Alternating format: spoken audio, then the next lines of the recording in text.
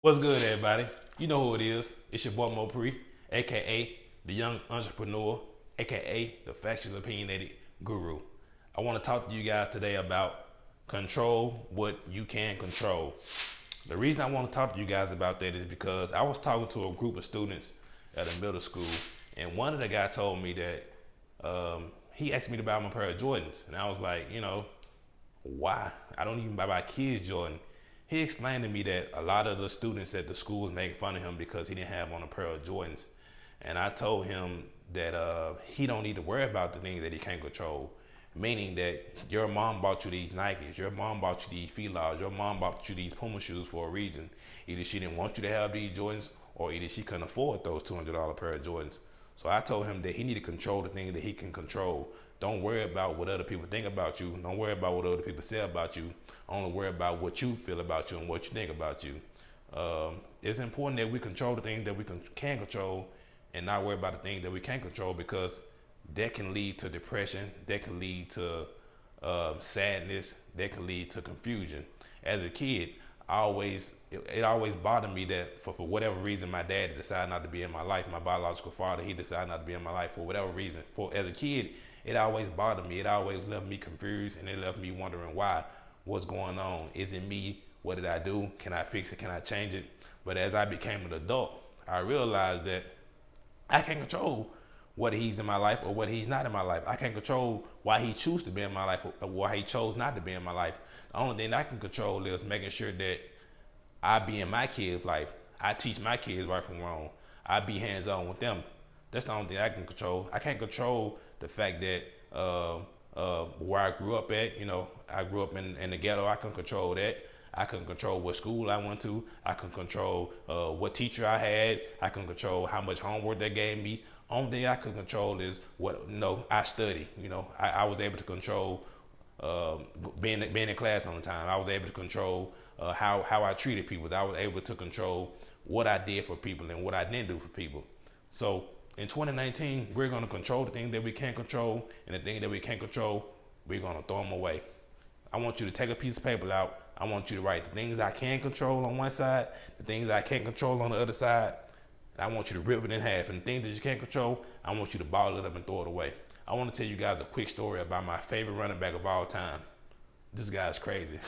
Some of you guys may be too young to remember this, but that was a running back by the name of Curtis Martin.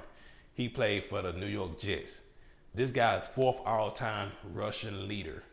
He's behind Barry Sanders, Walter Payton, and Emmitt Smith. This guy, Curtis Martin, went 500 carries without a single fumble. That's unheard of in the NFL.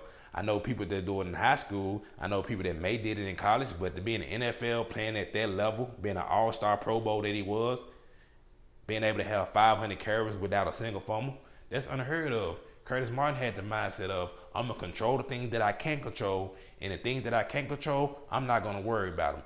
His mindset was, I don't care if it's raining, I don't care if it's snowing, I don't care if the coach called me to run the ball to the left, I don't care if he called me to run the ball to the right, I don't care if it's a passing play, I don't care if the defense is blitzing everybody, I don't care if coach is benching me for the day.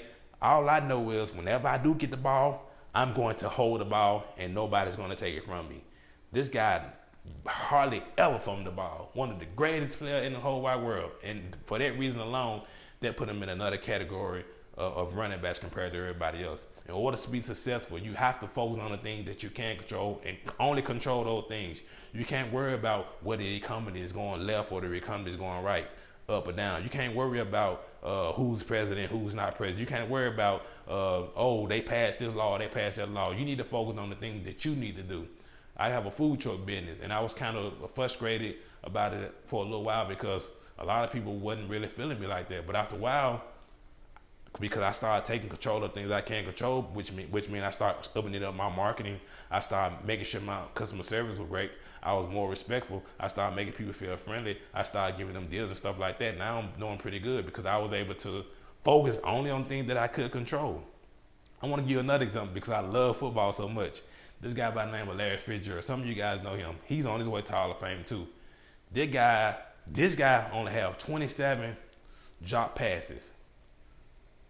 What that means is every time somebody throws him the ball, there's a 99% chance that he's gonna catch it. You only dropped the ball in his whole entire career, over 10 plus seasons, 27 times. That's unheard of. And what's even crazier is he got over 30 something tackles. How are you receiving? You got less than 30 drops, but you got more than 30 tackles. That's unheard of. That's how you become successful, by focusing on those small little things. You know, you may not be beautiful, but you can exercise and be in physical shape. You may not have the best clothes, you may not have the nicest shoes, you may not have the baddest swag, but you can make sure your stuff is clean. You can make sure your stuff is earned. You can make sure you look decent and presentable. You may not even come. You may not even come from humble beginnings. You know, you may come you may grow up on the wrong side of the bridge. You can change that. You can better yourself. You can be successful, but you can only be successful if you control what you can control, and things you can't control, the hell with it. It's your boy Mo Pre. I'm out, the Guru.